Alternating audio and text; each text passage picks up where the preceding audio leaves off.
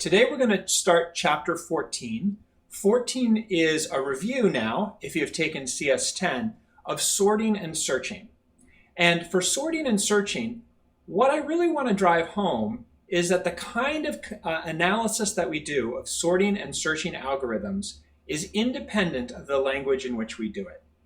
We've seen this kind of analysis in CS10 with Python. We're going to do the analysis again in Java with a little bit more experience behind us and a little bit more expectation about what to see. We'll begin to understand that data processing isn't about the language that you use, but it's about the algorithm that you bring to bear.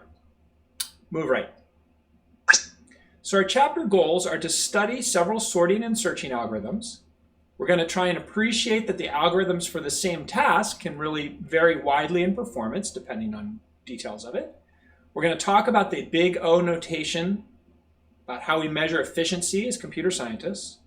We're going to estimate and compare the performance of some algorithms, and then we're going to write some code to measure the running time of a program. If you're following along in the textbook, chapter 14 starts with an introduction to selection and sort. But actually, we're going to move ahead and we're going to look at the punchline first and then go back and look at the, what's going on under the hood.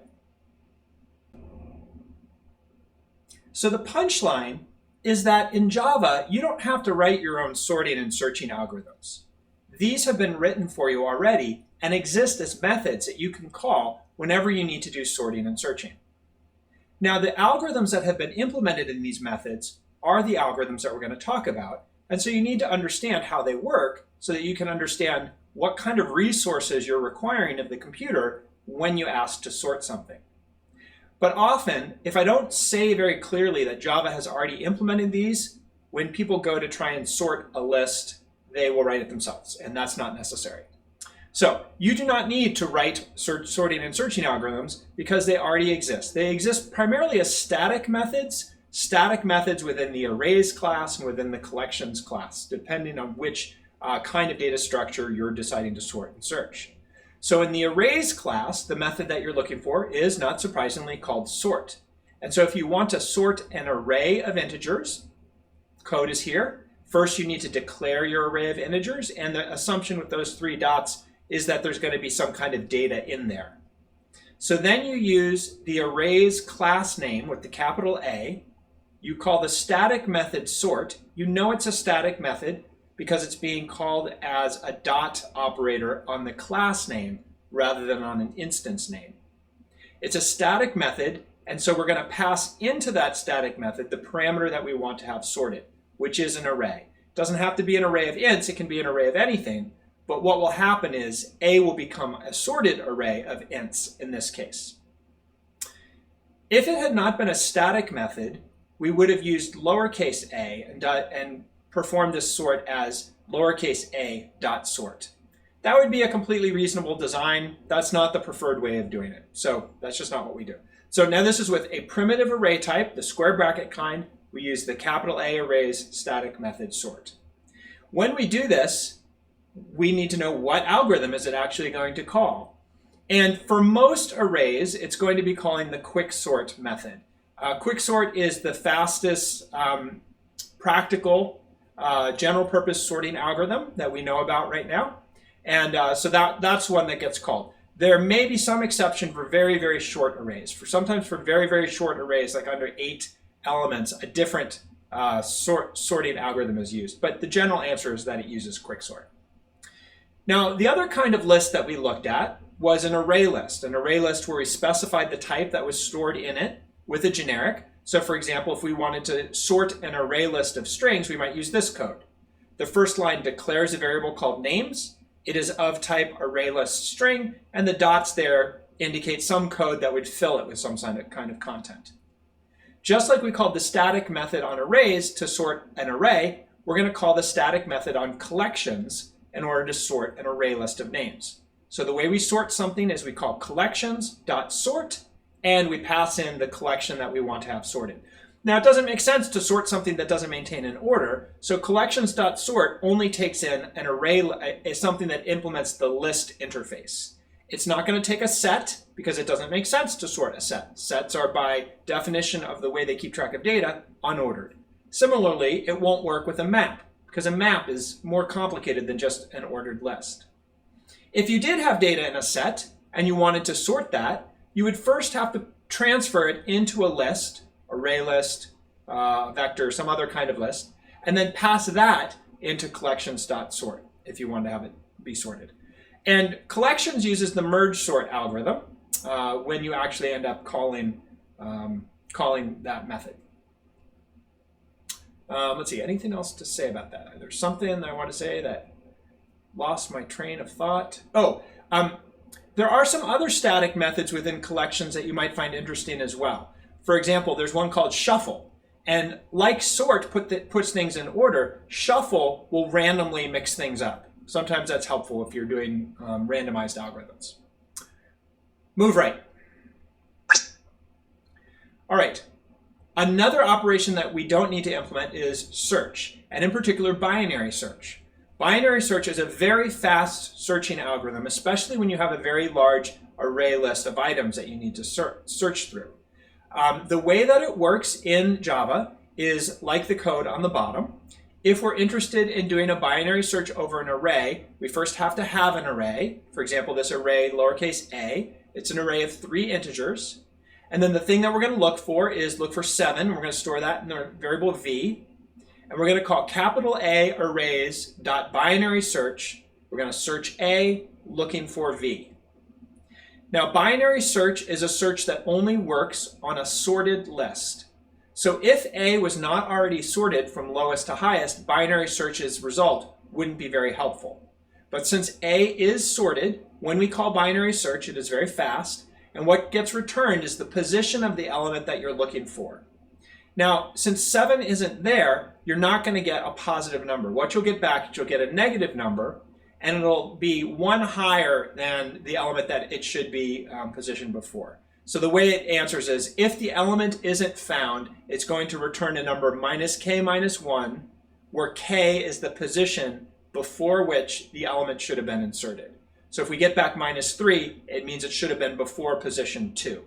And so if you want to check if an element was present or not, you could do the binary search and just ask, was the result less than 0 or greater than 0? And if it's, greater than or equal to 0. If it's greater than or equal to 0, it's present in your array. If it's less than 0, it's missing. And so there's a little bit of information there as well of where it would have been had it been present.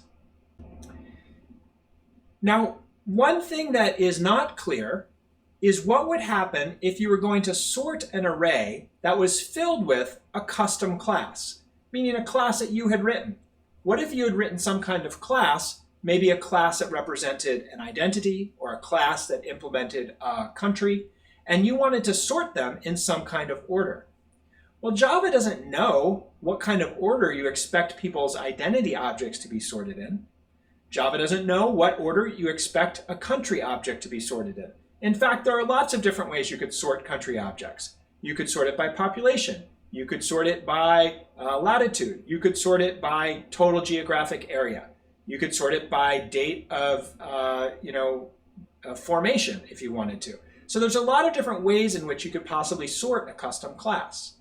And yet the sorting algorithm itself doesn't really care. It is a generic class, it's a generic algorithm. It doesn't really care what is present in the objects. It just has to be able to tell with 2 objects which one should come first so it can swap it. So if you want to pass elements into the sort algorithm that's built in, those objects have to implement the compare to method.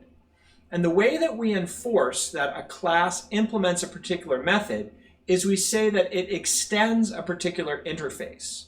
And so here we see the definition of an interface. And what the definition of an interface is, now we've talked about interfaces already, like a public interface. A public interface are all the methods that you can call in a class.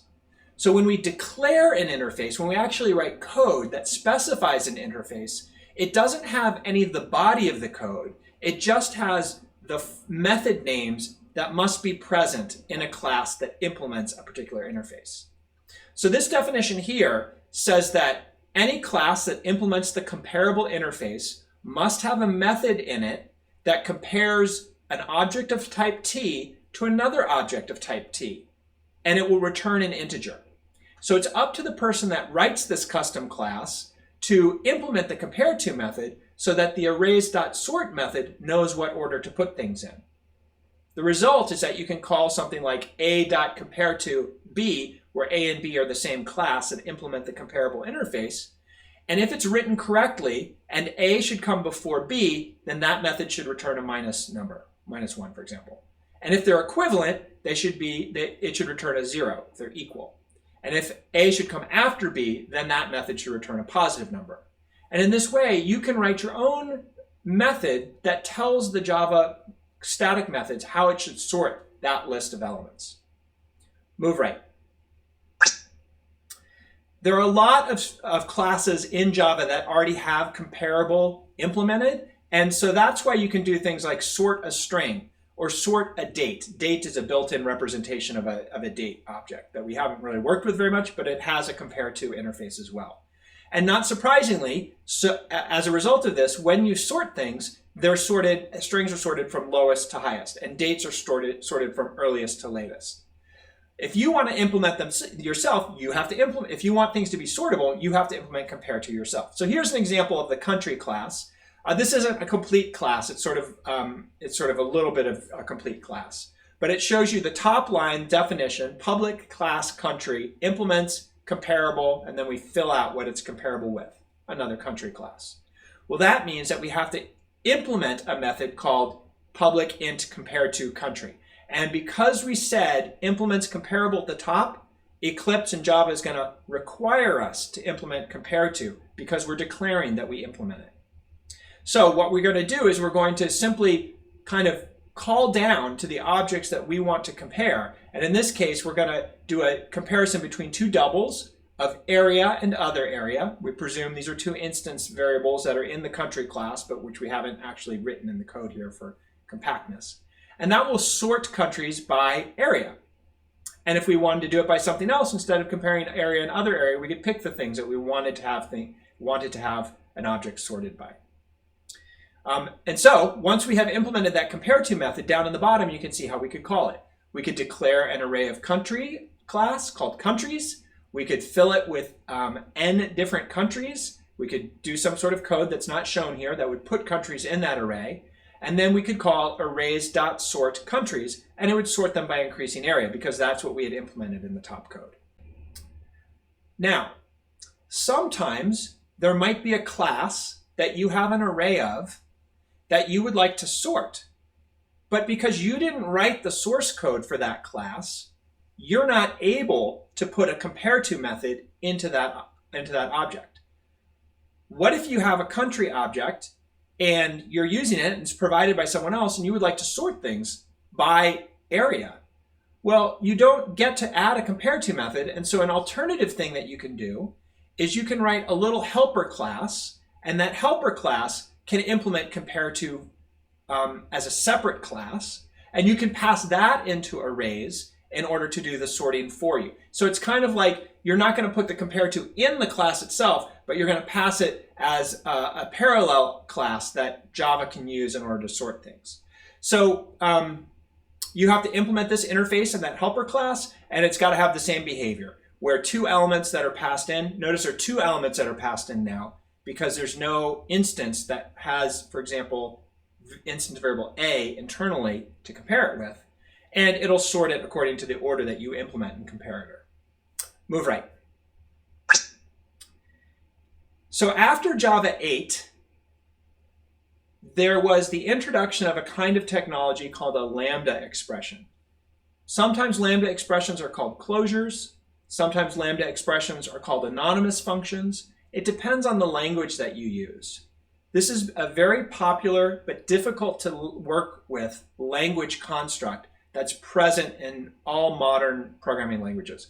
Although it's a fairly recent development, like for example, within the last 5 years, have commonly used programming languages introduced anonymous functions.